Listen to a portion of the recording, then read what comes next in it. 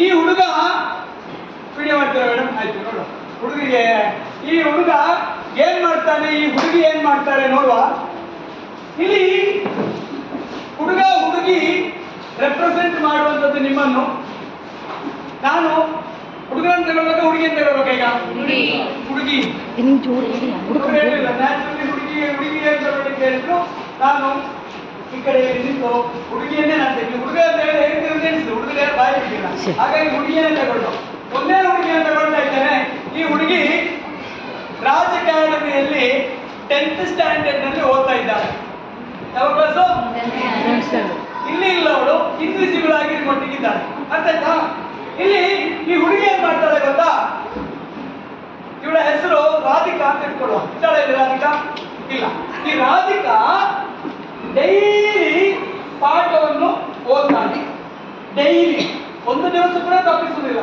ಮೇಲೆ ಹೋಗ್ತಾಳೆ, ಮೊದಲ ಲ್ಯಾಡರ್ನ ಮೊದಲ ಹಂತ ಇರ್ತಾಳೆ, ಪುನಃ ಇನ್ನೊಂದು ಹತ್ತಾಳೆ, ಇನ್ನೊಂದು ಹತ್ತಾಳೆ, ಇನ್ನೊಂದು ಹತ್ತಾಳೆ, ಫೈನಲಿ ಇಲ್ಲಿ ಬಂದು ನಿಲ್ತಾಳೆ. ಇವಳು ಸ್ಕೂಲಿಗೆ ಟಾಪರ್ ಆಗ್ತಾಳೆ, ಔಟ್ ಆಫ್ ಔಟ್ ತೆಗಿತಾಳೆ. ಹುಡುಗ ಅಂತ ತಿಳ್ಕೊಳ್ಳಿ, ಹುಡುಗಿ ಹುಡುಗ ಎಲ್ಲ ಒಂದೇ, ನಾನು ರೆಪ್ರೆಸೆಂಟ್ ಮಾಡ್ಲಿಕ್ಕೆ ತಗೊಂಡೆ ಅಷ್ಟೇ. ಇದು ರಾಧಿಕಾ. ಇನ್ನೊಂದು ಹುಡುಗಿ ಇರ್ತಾಳೆ, ಅವರೊಟ್ಟಿಗೆ ಬದಲಾವಣೆ ಮಾಡ್ತಾ ಇಲ್ಲ.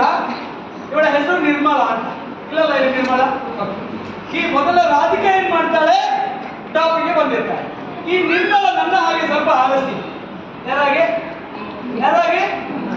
ನನ್ನ ಹಾಗೆ ಸ್ವಲ್ಪ ಆಲಸಿ. ಇವಳು ಭಾರಿ ಉಮೇದಲ್ಲಿ ಡೇ ಒಂದು ಸ್ಕೂಲಿಗೆ ಬರ್ತಾಳೆ. ಬಂದು ಒಂದು ಚಾಪ್ಟರ್ ಭಾರಿ ಇಷ್ಟಪಟ್ಟು ಓದ್ತಾಳೆ. ಒಂದು ಚಾಪ್ಟರ್ ಓದ್ತಾಳೆ. ಇಲ್ಲಿ ಬಂದ ಕೂಡಲೇ ಅವಳಿಗೆ ಮತ್ತೆ ಆಲಸ್ಯ ಶುರುವಾಗ್ತದೆ. ಎರಡನೇ ಚಾಪ್ಟರ್ ಆದಾಗ ಇಲ್ಲಿ ಯಾರು ಓದುದು ಅಂತ ತಿಳ್ಕೊಳ್ತಾಳೆ. ಅವಳನ್ನು ಓದುವುದಿಲ್ಲ. ಸೆಕೆಂಡ್ ಡೇ ಅವಳನ್ನು ಓದಬೇಕಿದ್ರೆ ಎಂತ ಮಾಡ್ತಾಳೆ, ಬಹಳ ಕಷ್ಟಪಟ್ಟುಕೊಂಡು ಮೇಲೆ ಹತ್ತಬೇಕಾಗ್ತದೆ. ಸರಿಯಲ್ಲ? ಏನೋ ಮಾಡಿಕೊಂಡು ಹತ್ತಿಕೊಂಡು ಮತ್ತೆ ಓದಬೇಕು. ಆದ್ರೆ ಈ ಹುಡುಗಿ ನಿರ್ಮಲಾ, ನಾವು ನೀವು ಎಣಿಸಿದ ಹಾಗೆ ಇಲ್ಲ, ಮತ್ತಷ್ಟು ಲೇಸಿ. ಅವಳೇನ್ ಮಾಡ್ತಾಳೆ, ಸೆಕೆಂಡ್ ಚಾಪ್ಟರ್ ಕೂಡ ಅವಳು ಓದುವುದಿಲ್ಲ. ಮೂರನೇ ಚಾಪ್ಟರ್ ಕೂಡ ಅವಳು ಓದುತ್ತಿಲ್ಲ. ಜಾಸ್ತಿ ನಿದ್ರೆ ಅವಳಿಗೆ ಮಲಗಿರ್ತಾಳೆ. ಫಸ್ಟ್ ಪ್ರಿಪರೇಟರಿ ಬರ್ತದೆ, ಆಗ ಕಷ್ಟಪಟ್ಟುಕೊಂಡು ಓದಲಿಕ್ಕೆ ನೋಡ್ತಾಳೆ. ಕಷ್ಟಪಟ್ಟುಕೊಂಡು ಪಾಸ್ ಆಗುದಿಲ್ಲ, ಅಲ್ಲಿ ಕೆಳಗೆ ಬರ್ತಾಳೆ. ಅದಾದ ನಂತರ ಟೀಚರ್ ಹೇಳ್ತಾರೆ ಸರಿಯಾಗಿ ಓದು, ಮನೆಯವರು ಹೇಳ್ತಾರೆ ಸರಿಯಾಗಿ ಓದು. ಆದ್ರೆ ಅವಳು ಮತ್ತೆ ಲೇಜಿನೆಸ್ ಮಾಡ್ತಾಳೆ. ಸೆಕೆಂಡ್ ಪ್ರಿಪರೇಟರಿ ಕೂಡ ಅವಳು ಪ್ರಿಪೇರ್ ಮಾಡುವುದಿಲ್ಲ, ಅಲ್ಲಿ ಕೂಡ ಅವಳು ಓದುವುದಿಲ್ಲ. ಆಯ್ತು, ಮತ್ತೆ ಅವಳು ಬೀಳ್ತಾಳೆ. ಥರ್ಡ್ ಪ್ರಿಪರೇಟರಿ ಕೂಡ ಅವಳು ಓದುವುದಿಲ್ಲ. ಈಗ ಫೈನಲ್ ಎಕ್ಸಾಮ್ ಬರ್ತದೆ. ಫೈನಲ್ ಎಕ್ಸಾಮ್ ಬರ್ಲಿಕ್ಕೆ ಏನ್ ಮಾಡ್ತಾರೆ, ಈಗ ಅವರಿಗೆ ಹತ್ತಲಿಕ್ಕೆ ದಾರಿ ಸಿಗುತ್ತಿಲ್ಲ.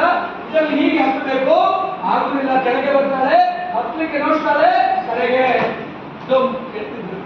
ಫೈಲ್ ಆಗಿರ್ತಾಳೆ. ಅರ್ಥ ಆಯ್ತಾ?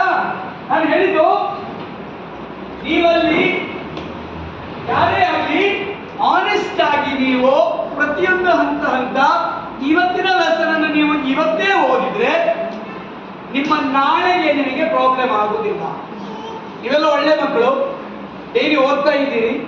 ರಾಧಿಕಾ ಹಾಗೆ ಇದ್ದೀರಿ, ನಿರ್ಮಲನ ಹಾಗೆ ಯಾರು ಇಲ್ಲ ಅಂತ ಭಾವಿಸ್ತೇನೆ. ಹಾಗಾಗಿ ಈ ರೀತಿಯ ಒಂದು ಆಟಿಟ್ಯೂಡ್ ಅನ್ನು, ಡೈಲಿ ಓದುವ ಆಟಿಟ್ಯೂಡ್ ಅನ್ನು ನಾವು ಬೆಳೆಸಿಕೊಂಡ್ರೆ ನಿಮಗೆ ಡೈಲಿ ಸಾಧ್ಯ ಆಗುತ್ತೆ.